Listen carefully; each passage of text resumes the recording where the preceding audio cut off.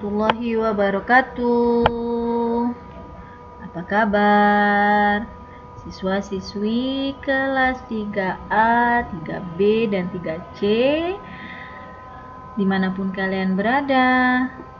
Mudah-mudahan hari ini kalian senantiasa diberikan kesehatan oleh Allah Subhanahu wa Ta'ala dan menjadi anak-anak yang soleh dan soleha kebanggaan orang tua. Amin ya rabbal alamin. Baik anak-anak, di video kali ini kita akan lanjutkan pelajaran kita masih di pelajaran kelima ya. Pendidikan Agama Islam dan Budi Pekerti bersama Ustazah Hatni. Mudah-mudahan di video kali ini kita akan mendapatkan manfaat yang berguna untuk kehidupan kita. Seperti biasa, sebelum kita lanjut, kita baca basmalah bersama-sama dulu ya. Bismillahirrahmanirrahim. Nah, anak-anak, di video sebelumnya sudah Ustazah sampaikan bagaimana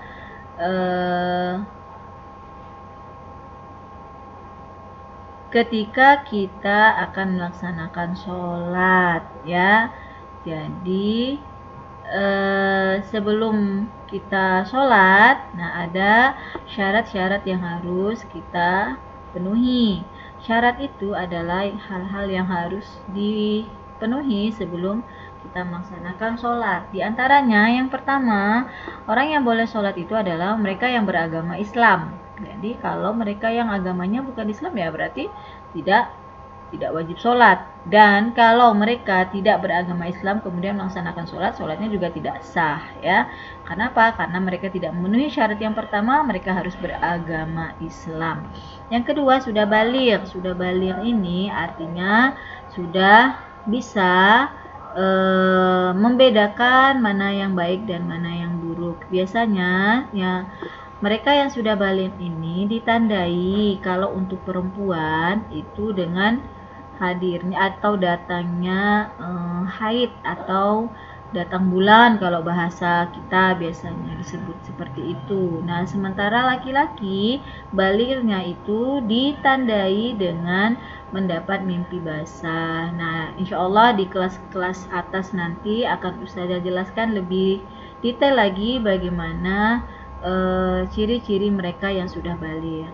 Yang ketiga, syarat untuk sholat itu adalah berakal sehat. Jadi kalau orang gila sholatnya itu tidak sah. Orang yang lagi tidur juga tidak sah.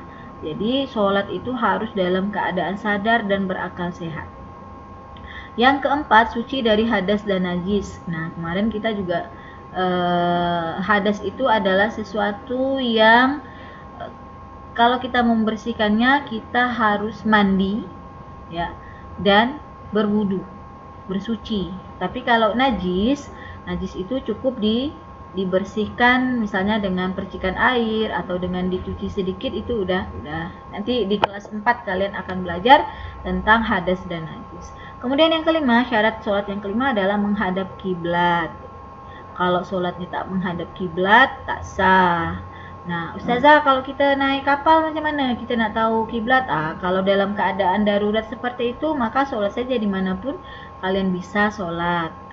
Tidak perlu cari-cari kiblatnya di mana. Nah, tapi biasanya di zaman sekarang itu sudah ada kapal-kapal yang menunjukkan arah kiblat itu di mana, ya. Nah, atau bisa bertanya dengan awak kapalnya kiblatnya di mana. Mereka kan punya kompas. Kompas itu bisa menunjukkan arah kiblat. Yang berikutnya syaratnya adalah mengetahui masuknya waktu sholat. Jadi sholat boleh dikerjakan kalau sudah masuk waktu sholat. Kalau belum berarti sholatnya juga tidak sah. Belum azan maghrib tapi kita dah sholat maghrib, tidak boleh. Atau belum azan isya tapi kita dah sholat isya, tidak boleh. Nah, ya, jadi sholat itu baru bisa dikerjakan kalau sudah masuk waktunya. Kalau belum masuk waktunya berarti belum bisa dilaksanakan sholat. Nah, yang terakhir, mengerti syarat rukun dan sunnah sholat. Jadi harus paham juga rukun sholat ya, apa-apa saja nanti Ustazah akan jelaskan. Kalau tidak paham rukunnya, nanti sholatnya tidak sesuai dengan aturan yang sudah ditetapkan. Misalnya urutannya dari takbiratul ihram sampai salam, kemudian ada yang dia rukuk dulu baru kemudian dia itu doa iftitah, itu kan salah ya, ada urutan-urutannya atau rukun sholatnya. Nah, ini dia rukun sholat. Rukun sholat itu adalah setiap perkataan atau perbuatan yang akan membentuk hakikat sholat. Jika salah satu rukun ini tidak ada, maka sholat pun tidak dianggap secara syar'i tidak sah gitu ya, dan juga tidak bisa diganti dengan sujud syahwi. Sujud syahwi itu kalau kita kelupaan, tapi kalau kita tidak menunaikan rukun atau urutan-urutan wudhu ini tidak sesuai, maka tidak bisa diganti dengan sujud sahwi. Apa saja rukun sholat? Yang pertama berdiri bagi yang mampu. Kalau yang tidak mampu berdiri, boleh duduk, boleh berbaring ya. Nah pokoknya pada saat kita sehat bisa berdiri maka berdiri. Namun pada saat kondisi kita tidak mampu berdiri maka boleh sambil duduk, atau kalau orang sakit boleh sambil berbaring. Yang kedua, niat di dalam hatinya. Jadi niat itu boleh di dalam hati, boleh juga dilafazkan. Silakanlah yang lebih enaknya yang mana. Namun kalau dari Rasulullah itu senantiasa mengajarkan niat itu ada di dalam hati. Jadi cukup baca niatnya di dalam hati, insya Allah sholatnya tetap sah. Yang ketiga, rukun sholat adalah takbiratul ihram. Allahu Akbar. Sebelum baca doa iftitah itu namanya takbiratul ihram. Yang keempat, membaca surah Al-Fatihah pada tiap rakaat. Jadi surah Al-Fatihah itu setiap rakaat wajib dibaca.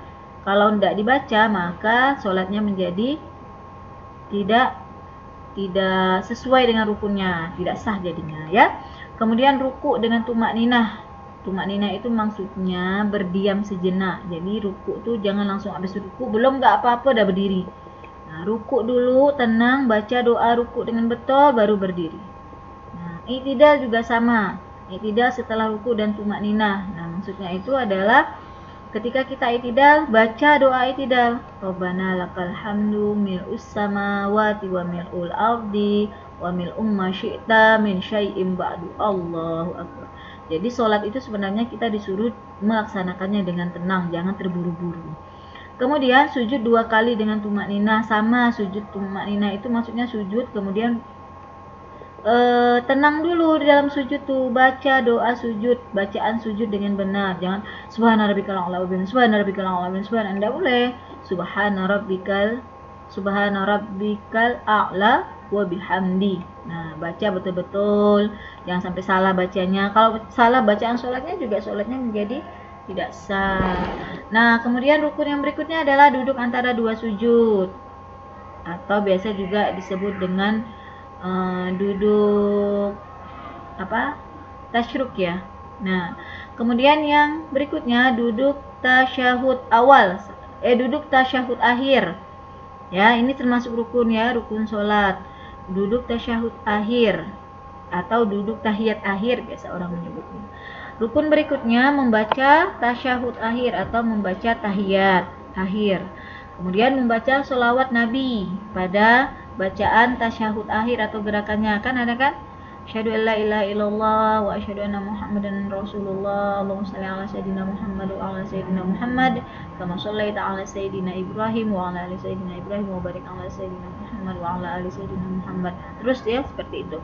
Membaca salam yang pertama itu sebelah kanan ya, bukan sebelah kiri. Jadi assalamualaikum warahmatullahi sambil kepala toleh ke kanan, baru kemudian ke kiri. Dan terakhir rukun sholatnya adalah tertib. Tertib seperti yang kemarin sudah jelaskan. Maksud tertib itu adalah mengerjakannya secara berurutan.